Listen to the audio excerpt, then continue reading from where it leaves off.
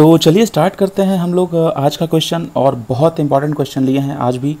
और हम लोग देखिए इस समय volume and surface area cover कर रहे हैं और उसके पहले भी कुछ टॉपिक्स कवर हो चुके हैं। आप प्लेलिस्ट में जाइए और सारे टॉप 10 इंपॉर्टेंट क्वेश्चन सॉल्व कर डालिए। चलिए लेते हैं क्वेश्चन। क्वेश्चन में ये कह रहा है 66 घन सेंटीमीटर चांदी को, मतलब एक चांदी है और देखिए घन सेंटीमीटर का मतलब क्या होता है, इसी को इंग्लिश में हम लोग सीसी कहते हैं। जैसे बाइक में आप पढ़े होंगे 125 सीसी 150 सीसी, इसमें एक सी का मतलब सेंटीमीटर होता है जो ये वाला है, और एक सी का मतलब क्यूब होता है। तो सी मतलब सेंटीमीटर, सी मतलब क्यूब, तो इसी को सीसी कहते हैं या हिंदी में घन सेंटीमीटर कहते हैं। 66 है वो 66 चांदी लिया गया है, तो कोई भी पदार्थ लीजिए आप। तो अब उसको क्या किया जा रहा है, तो देखिए ये सबसे पहले ये है क्या, ये सीसी क्या होता है, ये मात्रक होता है किसका, वॉल्यूम का मात्रक होता है। ठीक है, इसका मतलब ये है कि ये जो 3D में जो वॉल्यूम है, चाहे वो कैसा भी वॉल्यूम हो, चाहे 3D में हो, चाहे स्फीयर में हो, चाहे वो किसी भी और शेप में, किसी रैंडम शेप में हो, जैसे चाहे मतलब कोई भी 3D शेप हो सकता है, कोई रैंडम शेप या कोई नोन अननोन कोई भी शेप, उसका जो वॉल्यूम निकल के आ रहा है वो है 66।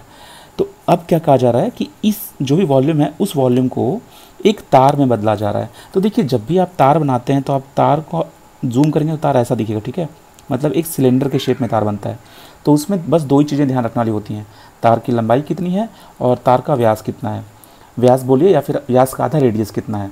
ठीक है, तो अब वो कह रहा है, अब देखिए तो जितना वॉल्यूम आप लिए रहेंगे उतना ही वॉल्यूम का ना तार बनेगा। तो इसका मतलब सिलेंडर जो है उसके लिए वॉल्यूम का फार्मूला जो भी होगा वो 66 के बराबर कर दीजिए, क्योंकि वॉल्यूम बराबर है।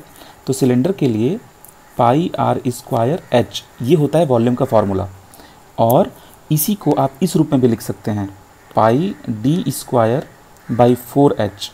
मतलब पहला फार्मूला रेडियस के टर्म में, दूसरा फार्मूला डायमीटर के टर्म में।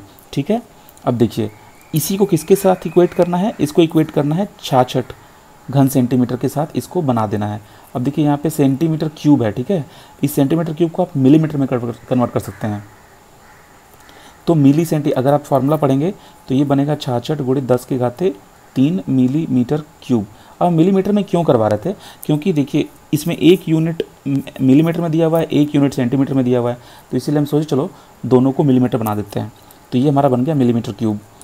अच्छा, ये दोनों फार्मूले में अंतर तो समझ में आ गया। कुछ नहीं, जब r का वैल्यू आप d/2 रखेंगे और जब आप इसको स्क्वायर करेंगे और इसको स्क्वायर करेंगे तो ये हो जाएगा हमारा d²/4।